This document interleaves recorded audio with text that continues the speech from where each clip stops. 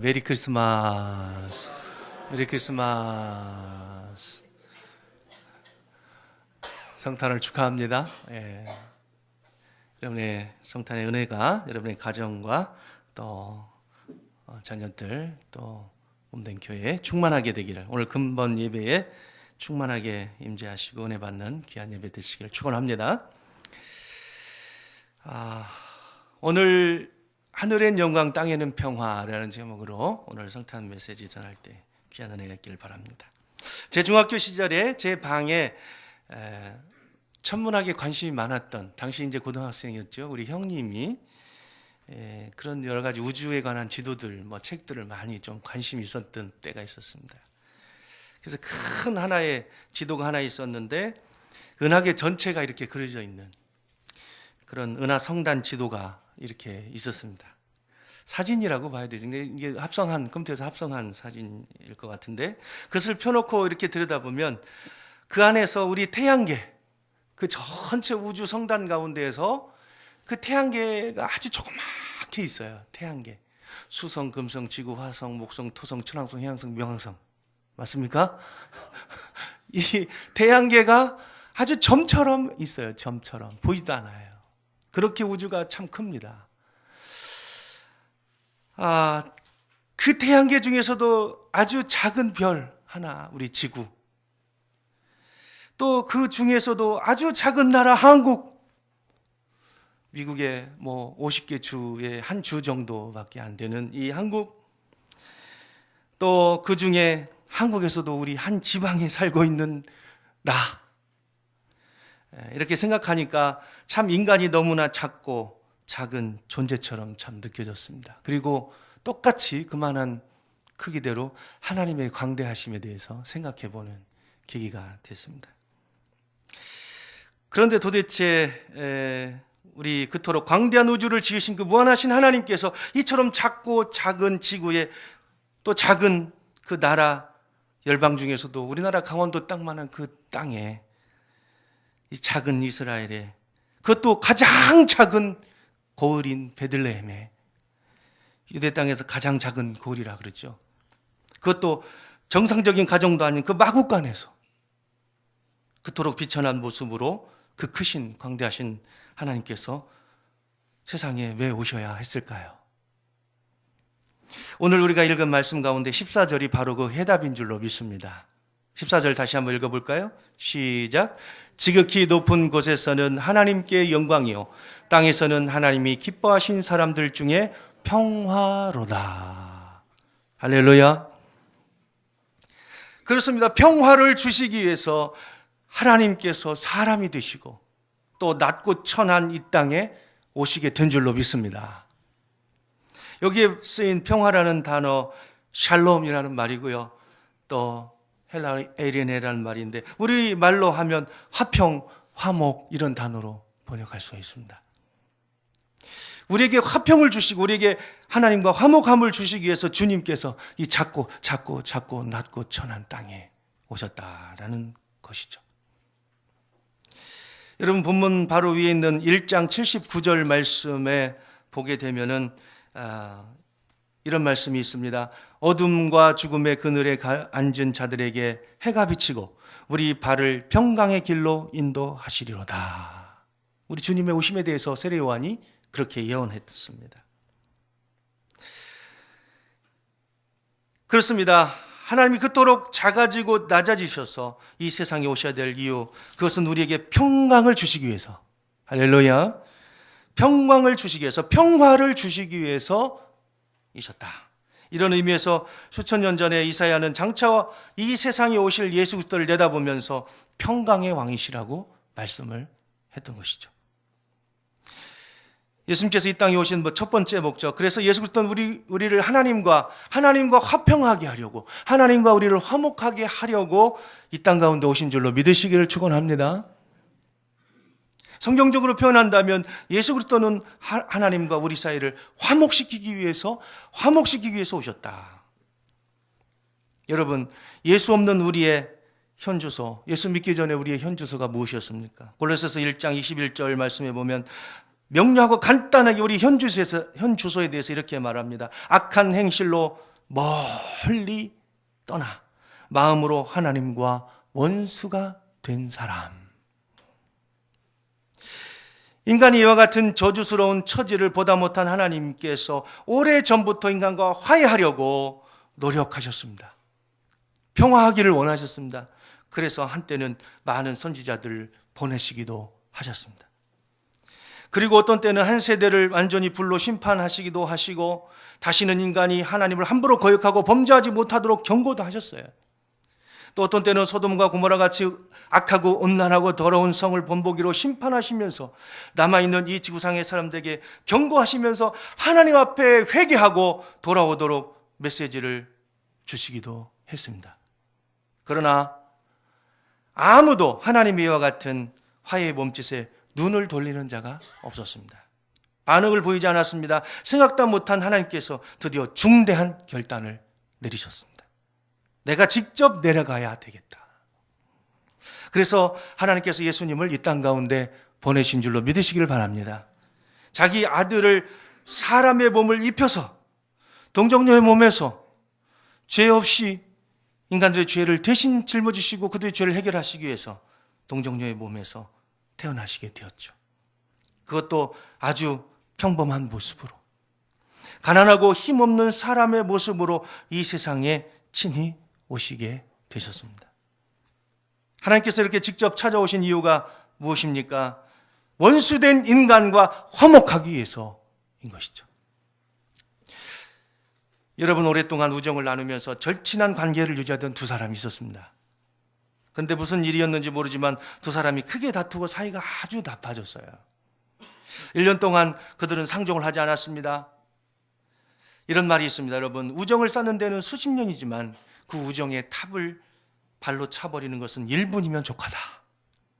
아무리 친한 사이라도 한번 틀어지기 시작하면 끝이 없습니다. 믿을 것이 못 되는 것이 우정이죠. 1년이 넘도록 서로가 상종을 하지 않고 지냈는데도 그 두 사람 사이에 하나가 아마 교회를 다녔다 그래요. 어느 날 예배 시간에 설교를 듣는데 그 친구가 한 명이 마음에 갇히기 왔어요. 내가 이렇게 형제를 사랑하지 못해서 되겠는가? 집으로 돌아간 그 친한 친구는 그 다시 옛날 친구와 다시 좋은 관계로 회복되기 위해서 노력을 무척 많이 했습니다. 편지를 5통이나 보냈는데도 그 친구 이런 방구 반응이 없었어요. 고민하다 못해서 이 사람 눈보라가 몰아치는 어느 날 밤, 도무지 그날 밤을 그대로 넘기면 안 될 것 같아서 눈을 맞으면서 꽤 멀리 떨어진 친구의 집을 직접 걸어가 찾아갔습니다. 문을 두드렸습니다. 안에 있던 친구가 문을 열어보니까 자기 친구가 눈을 소복하게 맞고 오들오들 떨면서 밖에 서 있었어요. 급히 그를 집 안으로 불러들였습니다. 그 두 사람이 다시 우정을 회복하는 데는 채 10분도 걸리지 않았어요. 한 사람이 너무 낮아진 자리에서 자기와 평화하기 위해서, 화목하기 위해서 찾아왔기 때문에 그 앞에 녹아지지 아니할 사람의 마음은 없는 것이죠. 하늘의 영광을 버리시고 하나님 되심을 부인하고 사람의 모습, 그것도 비천한 사람의 모습을 입고 마국간에 탄생하셔서 우리를 찾아오신 그 하나님, 바로 눈을 맞고 떨면서 문 밖에 서서 벼를 누르는 친구의 모습과 같다는 생각을 한번 해봅니다. 에베소서 2장 14절 이하에 보면 이런 말씀이 있습니다. 예수 그리스도는 우리의 화평이신지라 오셔서 먼 데 있는 너희에게 평안을 전하고 가까운 데 있는 자들에게 평안을 전하셨으니 이는 저로 말미암아 둘이 한 성령 안에서 아버지께 나아감을 얻게 하려 하심이라. 여러분, 무엇이 예수님이 주시는 평안입니까? 원수된 우리가 모든 죄를 용서받고 하나님 아버지 앞에 담대히 나아가게 되는 것이 예수님이 주신 평화인 줄로 믿으시길 축원합니다. 주님의 이름으로 하나님 앞에만 나아가면 모든 허물과 죄를 순식간에 용서받고 하나님 우리를 당신의 자녀로 받아들이시는 것이죠. 여러분, 오늘 예배드리기 위해서 이 자리에 나온 우리 모두가 얼마나 행복한 사람들입니까? 여러분, 왜 그렇습니까? 우리에게 평화를 주신 예수님 때문에 우리는 오늘 하나님 아버지를 찬양하면서 예배할 수 있는 축복을 얻게 된 줄로 믿습니다. 이런 축복은 아무나 받는 것이 아닙니다. 14절을 여러분 주의 깊게 보시면은 아무나 누리는 축복이 아니라 땅에서 하나님이 기뻐하신 사람들 중에서만 평화다, 이런 말씀이 있어요. 땅에서 기뻐하신 사람들 중에서만 평화다, 이런 말씀이 있습니다. 우리 생각에는 하나님과 원수된 인간을 하나님과 다시 손잡고 화목하도록 하시기 위해 예수님이 오셨다면 온 인류가 하나도 빠짐없이 하나님과 평화하는 은혜의 길을 열어주실 것도 같은데 하나님 그렇게 하시지 않았다는 거예요.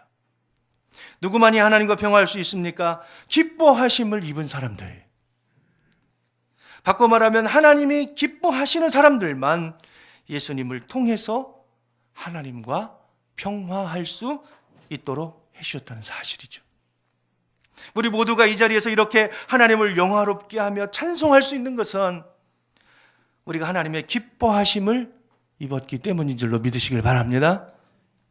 아무 이유가 없는데, 그만한 구실을 한 것도 아무것도 없는데 하나님이 우리를 너무 잘 보셨어요. 우리만 보시면 내가 너로 인하여 기뻐하노라, 기뻐하시는 것입니다. 그렇기 때문에 우리를 무조건 자기와 화목하시고 자기 품에 안으셨지 않습니까? 그래서 우리는 하나님을 향해서 우리가 뭐라고 부릅니까? 하늘에 계신 우리 아버지, 아버지. 언제든지 부를 수 있는 영광을 누리게 되었습니다.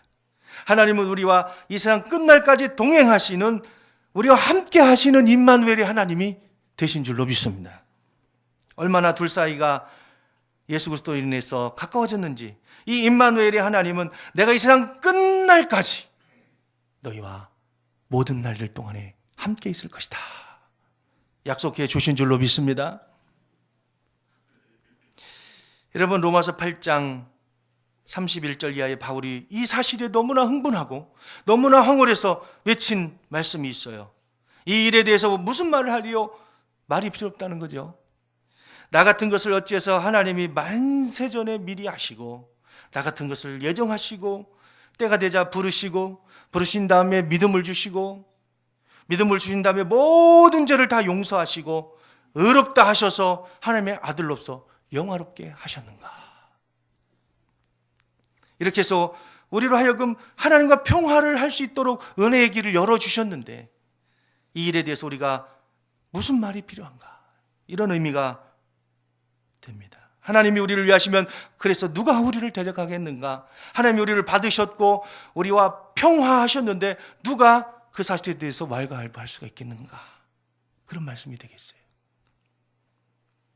자기 아들을 아끼지 아니하시고 우리 모든 사람을 위해서 내어주신 이가 어찌 그 아들과 함께 우리에게 모든 것을 또 주시지 않겠는가. 여러분, 의롭다 하시는 이는 누굽니까? 하나님이시니 누가 우리를 정죄하겠는가. 그렇습니다. 예수 그리스도로 인해서 우리를 자기의 소유로 받으시고 우리와 화평하신 하나님이신데 누가 우리를 판단할 수 있는가. 하나님과 우리 사이를 깰 자는 아무도 없다. 할렐루야. 우리의 평화를 흔들 자가 아무도 없는 줄로 믿습니다. 비록 막이라 할지라도 하나님과 우리 사이가 이렇게 예수 그리스도의 공로에서 열어놓으신 이 길을 회방할 자가 없어요. 그러므로 이 평화를 주신 예수님이 이 세상에 오셨다는 이 소식만큼 우리에게 큰 기쁨의 소식이 없는 줄로 믿으시기를 축원합니다. 천사가 목자들을 만나 한 이야기 2장 10절 말씀에 뭐라고 말씀합니까? 2장 10절 말씀 한 번 더 읽어보겠습니다. 시작. 천사가 이르되 무서워하지 말라. 보라, 내가 온 백성에게 미칠 큰 기쁨의 좋은 소식을 너희에게 전하노라. 큰 기쁨의 좋은 소식을 너희에게 전한다 말씀했습니다. 왜 기쁩니까? 큰 기쁨의 좋은 소식이라 했는데 왜 기쁩니까? 왜 좋은 소식입니까? 예수님은 우리를 하나님과 화평하시게 하시는 평화의 왕이 되시기 때문에. 여러분들, 하나님과 화목하시기를 축원합니다. 화평하시기를 축원합니다. 이 평화는 세상의 암흑과 혼돈 속에서도 없어지지 아니하는 평화예요. 이 평화는 폭풍이 몰아치는 바닷속에서도 사망의 음침한 골짜기에서도 우리를 지켜주는 평화입니다. 이 예수님 얼마나 좋으신 예수님입니까? 우리 중에 아직도 믿음이 없어서 이 평화의 주님을 마음속에 진정으로 모시지 못하고 있는 성도님이 혹시 계십니까? 예수님을 깊이 영적으로 영접하시기를 주의 이름으로 축원합니다. 죄 용서받고 하나님과 원수된 관계를 청산하고 하나님과 화목의 관계를 누리시기를 축원합니다. 예수님에 대해서 아직 잘 몰라서 이 평화를 소유하지 못하고 체험하지 못한 자 있습니까? 그분 앞에 더 가까이 나가서 그 주님의 영광을 바라다 보시기를 바랍니다. 세상의 염려와 근심이 너무 무거워서 이 평화를 잃어버리고 있는 자가 있습니까? 주님을 바라다 보시기를 바랍니다. 그분을 바라다 보시기를 바랍니다. 그분은 우리의 평화의 왕이시다. 근심 걱정을 그 주님에게 맡겨버리시기를 축원합니다. 그분은 온 세상 만물을 창조하신 하나님이시고 우리의 염려와 근심을 다 책임져 주시는 분이시다. 우리의 인생길을 인도하시는 전지전능하신 하나님이신 줄로 믿으시기를 바랍니다. 두 번째, 예수님은 우리를 이웃과 평화할 수 있게 하시기 위해서 이 땅에 오셨다. 이렇게 말씀드릴 수 있습니다. 첫 번째는 하나님과 우리 사이가 화평의 관계를 이루시기 위해서 이 땅 가운데 오신 것이고, 두 번째는 인간과 인간 사이의 화목의 관계를 회복하라고 오셨다.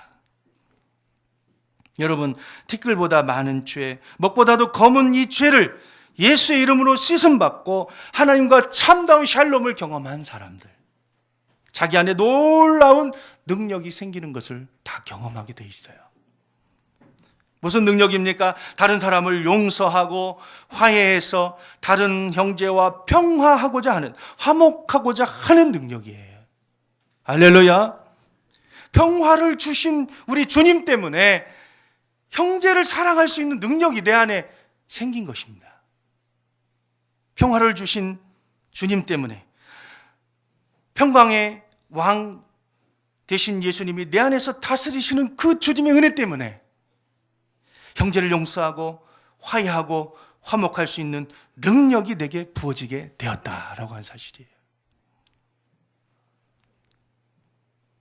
여러분, 이런 이유로 인해서 로마서 12장 18절 이하에서 하나님 우리에게 이렇게 명령하십니다. 할 수 있거든 너희로서는 모든 사람으로 더불어 평화하라. 내 사랑하는 자들아, 너희가 친히 원수를 갚지 말아라. 원수를 사랑하라. 주님이 그렇게 명령하실 때는 그 명령을 순종할 수 있는 충분한 은혜가 뒤에 따라오고 있는 것을 아시기 때문에 명령하시는 줄로 믿습니다. 우리는 충분히 용서할 수 있고 이길 수 있어요. 주님이 명령하십니다. 왜 그렇게 명령하십니까? 우리를 하나님과 화목시켜 주신 그 예수 그리스도가 내 안에서 은혜로 나를 다스리고 있기 때문에, 우리가 율법 아래 있는 자들이 아니라 은혜의 지배 아래 있는 자들이기 때문에, 그분이 내 안에 계시고 그분이 나에게 능력을 주시기 때문에 형제까지도 나는 용서하고 포용할 수 있게 되는 것입니다. 그런 이 말씀이 우리에게는 남의 얘기가 아니에요. 단순한 종교적인 미사역구도 아닙니다. 할 수 있기 때문에 주님이 명령하고 있다라고 하는 사실이에요. 교회 다니는 우리 모두에게 주신 명령인 줄로 믿습니다. 여러분, 헨리 나우엔이라는 사람을 아시죠? 용서는 이런 말을 했어요. 용서는 공동체인 교회 생활의 접착제와 같다. 접착제. 용서는 좋을 때나 나쁠 때나 우리를 함께 있도록 붙들어주고 우리가 서로를 사랑하는 가운데 자라게 한다. 나는 용서받아야 될 사람이요, 용서해야 될 사람이요, 당신도 용서받아야 될 사람이요, 항상 용서해야 될 사람입니다. 이 사실을 서로 인정하는 것이 바로 교회입니다. 이런 얘기를 했어요. 그럼에도 불구하고 교회 안에서 보면 이 평화의 왕, 평강의 왕, 화평하신 예수 그리스도를 아직 만나지 못한 사람들처럼 형제와 자매가 원수가 되어서 있는 사람들도 많고, 한번 상처를 입으면 두고두고 그 상처가 묵은 상처가 되어서 쓴뿌리가 돼서 고침을 받지 못하는 비극도 여기저기 있는 것을 봅니다. 대부분 이렇게 다른 사람에게 이렇게 많이 상처를 주는 사람은요, 대부분 자기가 상처를 많이 받은 사람일 가능성이 많아요.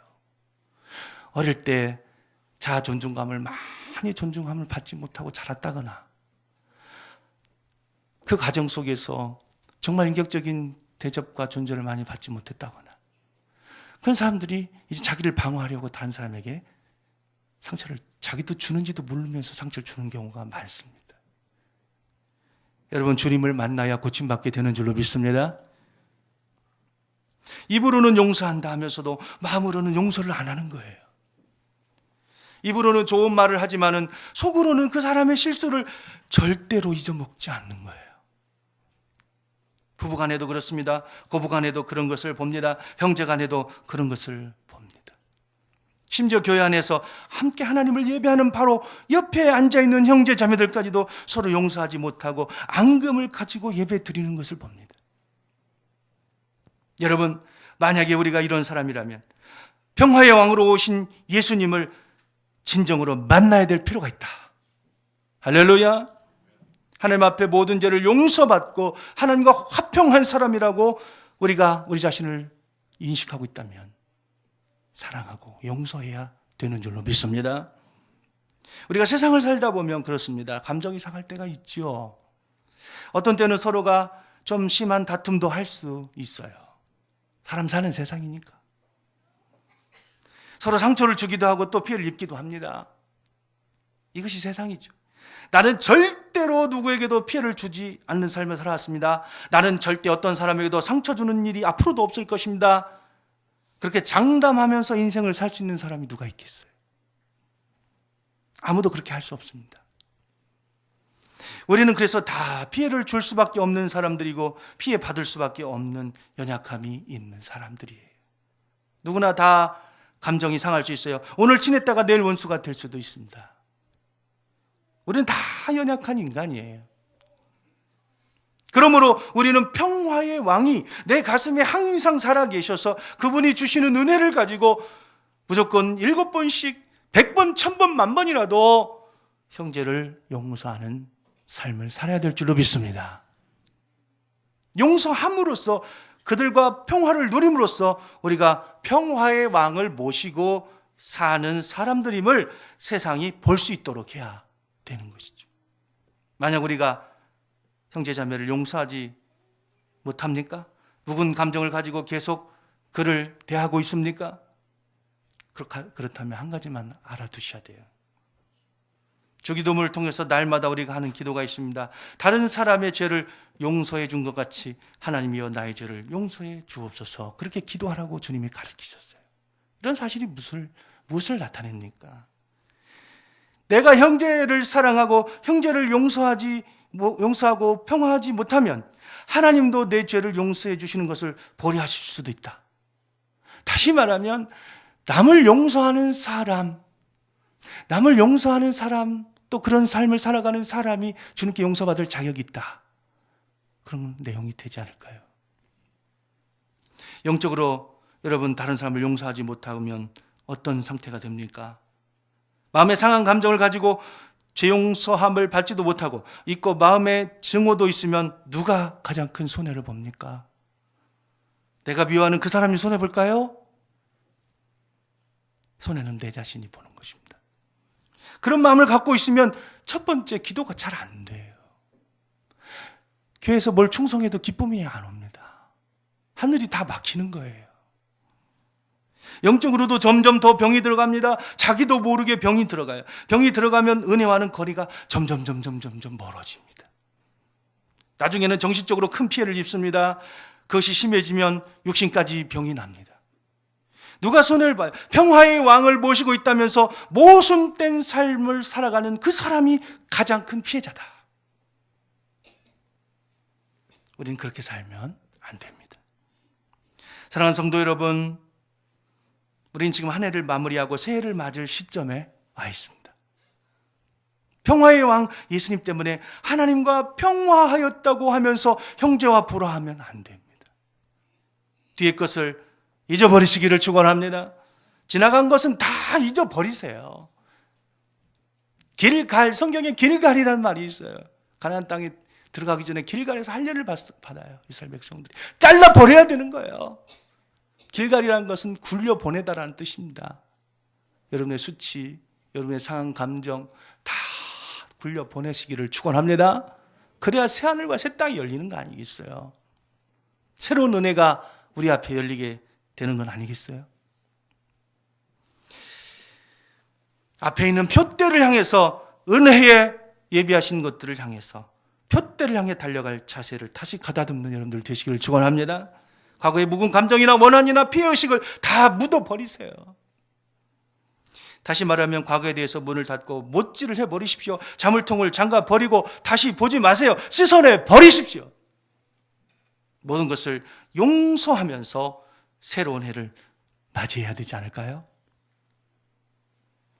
평화의 왕 예수님이 나를 지배하셔서 내가 하나님과 화목한 사람으로서 가는 곳마다 이 평화의 왕이 모든 사람들에게 증거되어 미움이 있는 것에 진정한 사랑을 꼽힐 수 있는 평화의 사도로 살아가시기를 축원합니다. 오래전에 어느 한 자매가 간증했던 기억이 머릿속에 깊이 남아있는데, 예수를 믿지 않고 있었을 때 그는 생활이 아주 넉넉했어요. 오래전에 그렇게 살아갔어요. 그런데 어떻게 된 일인지 간염에 걸려서 매우 고생을 하고 있었습니다.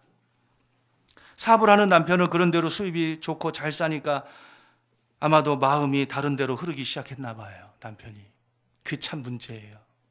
잘 나갈 때 조심해야 돼요. 투병 생활을 하는 아내를 돌볼 생각은 안 하고 바깥으로 돌면서 마음을 다른 데 주고 있었던 것이죠. 여인의 입장에서 얼마나 답답했겠습니까? 얼마나 가슴이 아팠겠어요? 얼마나 가슴이 찢어졌겠습니까? 잠을 못 자고 고민하는데 이곳에 있던 교인이 가서 전도를 했답니다. 예수 믿으십시오. 예수님 믿으면 다 그거 이길 수 있습니다. 그래서 교회 등록하고 새가족반에 나왔어요. 믿음이란 무엇인가라는 제목으로 그날 말씀을 배워갑니다. 무조건 믿기만 하면 예수님이 나의 죄를 용서하시고 나의 구주가 되시고 내 마음에 계신다라고 하는 것을 배웠어요. 믿기로 작정했습니다. 그리고 열심히 나갔습니다. 하나님의 말씀을 배우면서 점점 마음이 열렸어요. 그런데 어느 날 하나님의 그 놀라운 평화가 자기 마음에 밀물처럼 밀려드는 것을 체험하게 됐어요. 그렇게 불안하고 용서하지 못해서 갈등하던 그 마음이 순식간에 치유를 받은 것입니다. 다시 말하면 평화의 왕 살아계신 주님이 그 자매의 마음에 오셔서 좌정하고 다스리기 시작하신 거예요. 평화의 주님이 그 마음을 다스리니까 평화를 해치는 모든 것들이 다 쓸려 나가기 시작했습니다. 얼마나 감사합니까? 자기 자신도 모르게 남편을 용서하게 됐어요. 그리고 남편을 대하는 태도가 달라졌습니다. 그리고 자녀들을 향해서도 자녀들이 항상 최고가 아니면 안 돼. 그런 강박관념으로 자녀들을 덜덜 볶으면서 그들에 대해서 항상 상한 감정을 가지고 있던 그 마음도 순식간에 사라졌어요. 아이들이 연약한 그대로, 못난 그대로 얼마나 감사하게 여겨졌는지 몰랐어요. 평생 처음 느껴보는 감정이에요. 그러자 애들을 대하는 태도도 달라집니다. 집안의 분위기가 180도로 달라집니다. 그렇게 영적으로 치유를 받으니까 얼마 후에 오랜 지병이었던 간염까지도 깨끗하게 고침을 받게 된 줄로 믿으시기를 축원합니다. 그가 끝으로 이런 간증했습니다. 하나님과 함께하는 그 마음의 평안이 있기 때문에 인생의 거센 파도 앞으로 어떤 것이 온다 할지라도 두려움이 없고 넘어갈 수 있을 것 같습니다. 할렐루야. 사랑하는 성도 여러분, 평화의 왕으로서 우리 주님이 오셨습니다. 평강의 왕으로 오셨습니다. 평화를 주시기 위해서 오셨습니다. 그분 때문에 우리는 하나님과 평화도 하게 됐고, 동시에 그분을 내 마음에 모시고 이 세상 어디를 가든지 평화의 사도로서, 평화의 대사로서 세상 사람들과 관계하면서 일할 수 있게 되었습니다. 여러분, 내가 만나는 모든 분들과 오늘부터 화평하시기를 축원합니다. 내가 일하는 직장에 내가 하나님 나라가, 하나님의 평화가 임하였음을 선포하시기를 축원합니다. 그리고 모든 사람들이 이 평화를 통해서 새로워지는 은혜를, 하나님의 나라가 임하는 것을, 주님이 다스리는 그 새 역사가 창조되는 것을 우리가 목격하면서 사시는 하루하루, 또 내년 한 해가 되시기를 주의 이름으로 축원합니다. 기도하시겠습니다.